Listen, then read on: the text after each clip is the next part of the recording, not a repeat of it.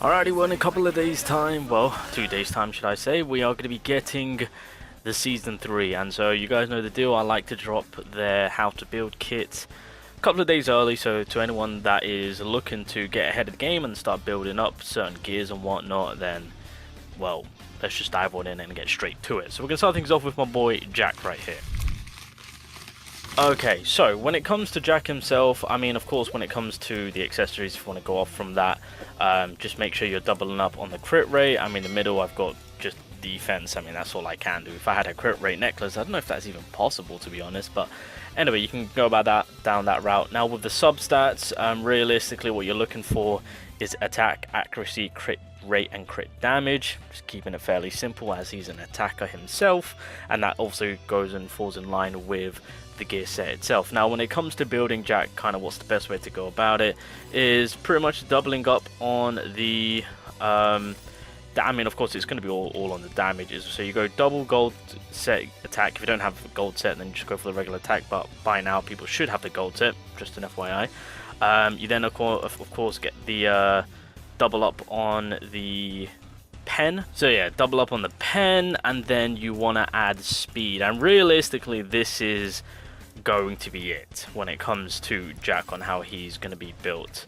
And of course just make sure you're getting the substats, the main attacks going, and then of course that last slot again will be linked towards another one of these. Where is it? Boom, get rid of this, and just, you know, once again just throw in an attack gear set that is given the correct substance, and then pretty much this is going to be the best outcome for Jack. That's if you pull Jack, and that's if you want to put into it. Here's the thing, I don't really recommend putting the time into Jack. We've already, you know, come to that conclusion, of course, but if you want to, then you can build them up kind of slightly, and this is essentially going to be the way you're going to be building them up, of course. Now I'll be honest, because of course he's going to be used more for PvE. Now I will say this, I mean, because at the end of the day, you know, Jack will be more for PvE. You're not going to see Jack on PvP, so you can really kind of fiddle about with the gear set side of things. Some people might question, can I double up on the accuracy? If you have the gear set, I mean, if you want to, I mean, I really would recommend it, because the only upside to having double accuracy is that you're only getting a plus 10%. If you have a 4 gear set accuracy, it gives him a plus 10% on accuracy, and it also gives him a plus 5% on crit rate. Now I wish that was a 2 set. If that was a 2 set, then obviously accuracy might be pretty optimal, to be honest, but you're only getting a plus 10% accuracy, so you know, I don't know about that one.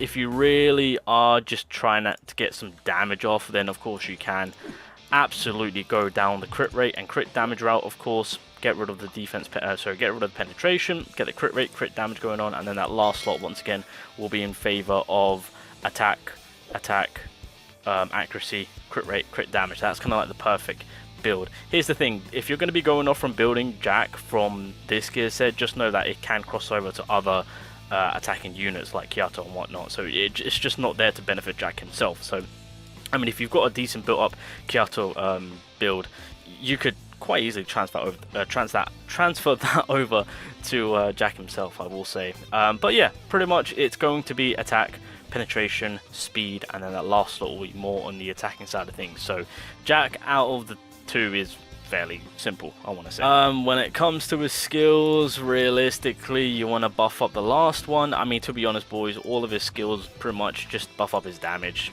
That's it. There's no other additional buff with helping out with the debuffs or buffs themselves. So yeah, I mean, buff up the ultimate's damage first things first, right? And then it'll be the second skill, and then it'll be the first skill. That's if you want to work on your Jack, of course. Same again with the combination skill, it's just buffing him up on the damage scale of things. Yep, so when it comes to the talent tree, again, fairly simple. Attack 7%, and then you can go for the Battle Frenzy. If you are going to get to boss and you're using the Jack himself, then of course you're going to deal the additional 10%, and then if you're able to get that crit set on, then I guess you can get that plus 10%, because of course you're not exactly going to put on magic attack. That's not going to help you in any way. So yeah, that I mean, those are the 2 options that you can go down towards. Defense, of course, you get, you know, just the casual endurance and increased defense. Of course, again, if you really want to well, if you're going against a boss and you just kind of want to get that 10% fortify, then I would stick that with the crit resistance, of course. And then with the support play, get that accuracy, get that penetration, support him even more since that's how his kit is being built. And then you can put the mage blessing. You can quite easily go for the swiftness and increase damage resistance. That's also an option if that's the route that you want to go with, of course. But I do get the plus 5% on each for accuracy and then penetration for Jack himself. So that's pretty much the talent tree. And then lastly, clearly, as I've done in my showcase video, if you have his Greymore, stick that in there so you can get that plus 500% on the ultimate. It does, like, it makes a huge difference, because without it, I'm not, you know, we've seen what Jack is capable of. If you get dupes onto it, of course, then you'll get yourself an RNG play on getting that 20%. Now, I will say, you can resort to, you know, throwing in because of course he also gives you that 20%. He's an SR skill page, so it'll be quite more easier to get that 20%. I mean, the only difference between Jack's Greymore is the fact that you're getting that additional buff on the ultimate, which is pretty much a big changer for him. The Greymore itself isn't exactly anything too crazy, because you've got much better options that are SR level, right? You've got much better options, but it's the additional buff on the skill itself and what the Greymore provides and what actually makes it good. So like the Greymore passive itself isn't exactly the best, so you can easily resort to using the Unos. I mean, of course, I mean, you guys already know this. You know, where is it? Yeah, Breath of Darkness. You know, get that all attack 20% in if you haven't got it maxed out, but you know, 10% at the very least, of course. You can always resort to getting the mysterious ancient book, get that 12% increase, and then of course, once again, if you want to use the second skill, then, which of course that's exactly what you want, because you want the miscalculated buff. You can resort to, where is he? Is it Gorsh? Yeah, Gorsh will give you that increased damage of 15%. So by using skill 2, again, luck will give you that skill 1 buff, so you can always go down that route. You've got the Fana, of course, if people were lucky to pull. If not, that's absolutely fine. You can always use the universal Greymores, of course. Yeah, I think those are going to be the better options ones. I mean, you've got the ones that play around with the HP side of things, so you can always go down that route. But obviously with Jack, you've got to remember he is a character that requires a bit of a build-up.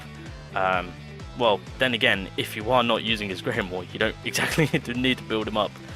Well, then again, no, you do, because that way the miscalculate could do actually additional damage to other characters. So there's that.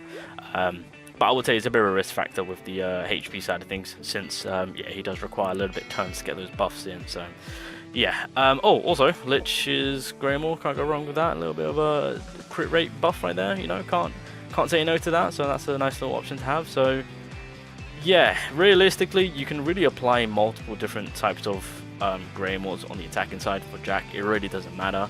But his Greymore just helps him out tremendously with that additional 500% that he pretty much drops on the enemy. So in like a boss phase, you know, this man is, because of the 500%, is, you know, at a level 1 stage, is dropping like 150, 200k. So it's pretty nice to have.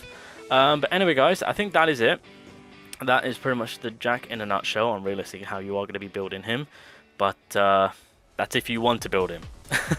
That's if you want to build him. I don't think many people will be, but if you're bored, because I mean, there's going to be a lot of, you know, I mean, well, I think the season 3 is going to be out for 20 days. So once you build up your characters that you want to build up, and you're kind of relaxing, chilling, doing nothing, you want to put the time into Jack, then yeah, you got your options too.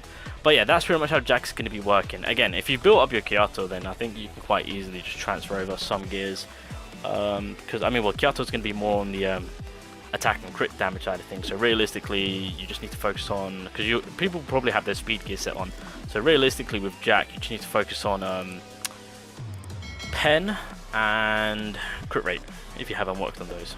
But yeah, anyway, I think I'll leave it there, boys. Yeah, that is Jack in a nutshell. Good luck on your building if you want to build him. Yeah.